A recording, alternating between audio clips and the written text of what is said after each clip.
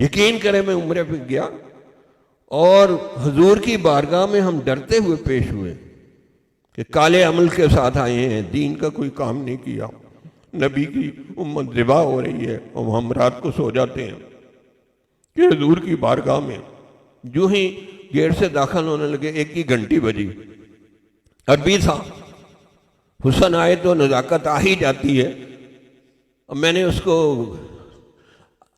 آیت سنائی، یا ایھا الذین آمنوا لا ترفعوا اصواتکم فوق صوت النبی۔ آج ہم پتھر سے لوہے والا دل بن گیا ہمارا۔ میں نے کہا یہ اللہ کا فرمان ہے کہ نبی کی آواز سے اونچی آواز نہ کرو۔ اس نے کہا میری آواز تو اونچی نہیں ہوئی، موبائل ہوئی ہے۔ میں نے کہا کھولا کس نے ہوا ہے؟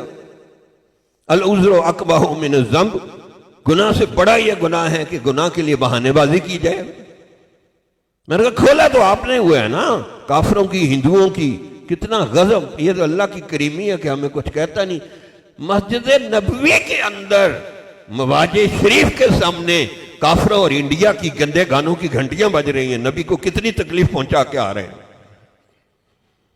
میں نے ایک پڑھ کے سنائی، یا ایھا الذین آمنوا لا ترفعوا اصواتکم فوق صوت النبی ولا تجہروا بالقول کجہر بعضکم لبعض ان تحبط اعمالکم وانتم لا تشعرون، کہ نبی کی آواز سے اونچی آواز کی تمہارے عمل ضائع ہو جائیں گے، 0/0 ہو جائیں گے، اور تمہیں پتہ بھی نہیں چلے گا کہ 0 ہو کے جا رہے ہو۔ جب میں وہاں اندر گیا، 60-70 بندوں نے ایسے رکھا، جی بیوی سلام کر لو، بچے اونچی اونچی بول رہے ہیں، اور خود سلام کرنے کا ہوش نہیں کہ میں بھی سلام کر لوں۔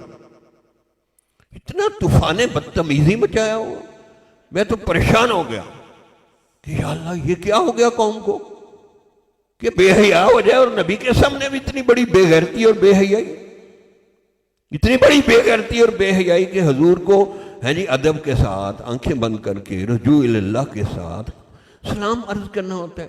اسی لیے تو انہوں نے کہا کہ نفس گم کردہ می ہے جنید و بایزید ہی جا، یہ اللہ کے نبی کی بارگاہ ایسی بارگاہ ہے، بایزید اور جنید بغدادی بھی یہاں آ کے سانس اونچا نہیں لیتے، اور تم موبائل پہ باتیں کر رہے ہو اور اونچی اونچی ویڈیو بن رہی ہے۔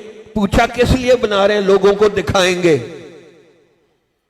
آپ کہیں جی میں نماز لوگوں کو دکھانے کے لیے پڑھ رہا ہوں، حج لوگوں کو دکھانے کے لیے کر رہا ہوں، نماز لوگوں کو دکھانے کے لیے کر رہا ہوں۔ کوئی عمل بھی لوگوں کو دکھانے کی نیت سے کریں اس کا ثواب ملے گا، ہر مسلمان کو پتہ ہے، اور عمرہ لوگوں کو دکھانے کے لیے کریں تو وہ ثواب ہے۔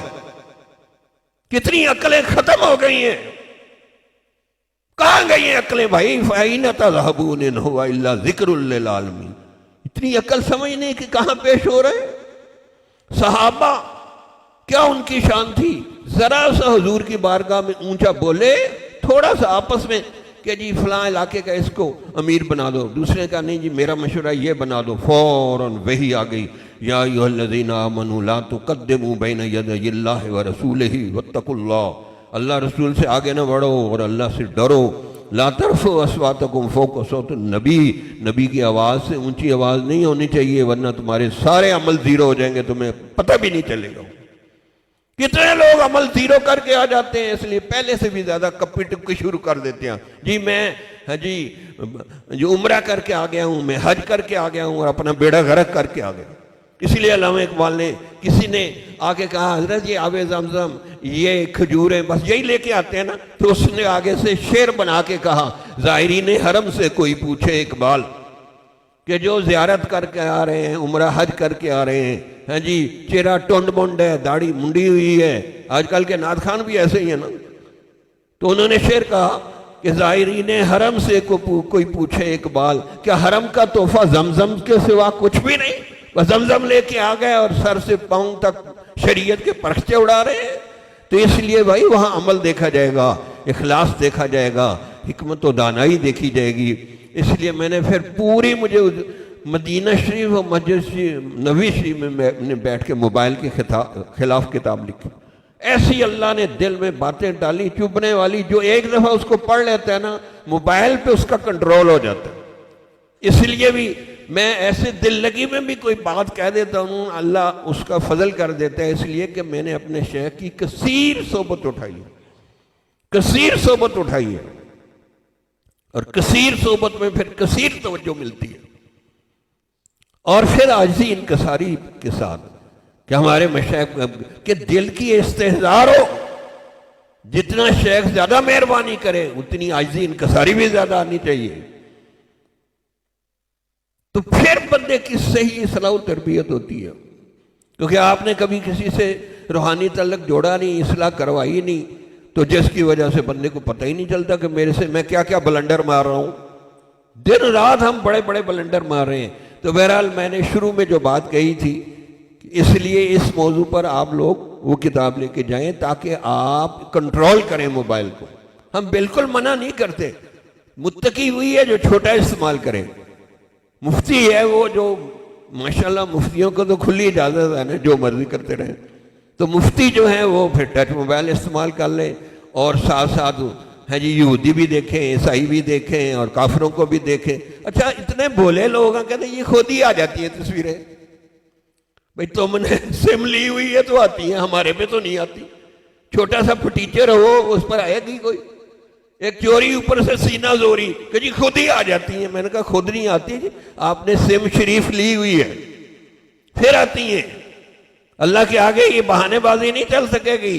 تو اس لیے تو ایک آدمی آیا، وہ بھنگ چرس پیتا تھا، ایک لے کے حضرت اس کو کوئی طریقہ بتائیں بھنگ چرس چھوڑ دے۔ تو میں نے ایسے ہی موڈ میں بیٹھا تھا، میں نے کہا یار وضو کر کے پیا کر، کہ وضو کر کے۔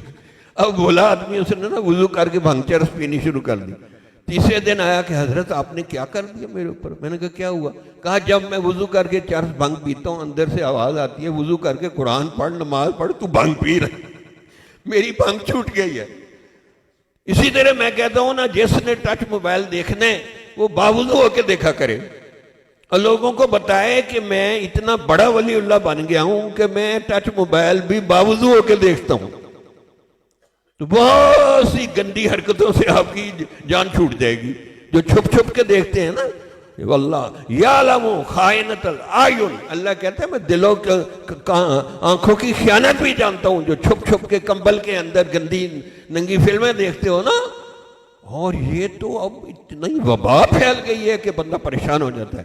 اس لیے اس بات کو کنٹرول کرنے کے لیے اس میں میں نے بہت سے طریقے لکھے ہیں، اور یاد رکھو اس کی وجہ سے نماز پڑھنے کو دل نہیں چاہے گا۔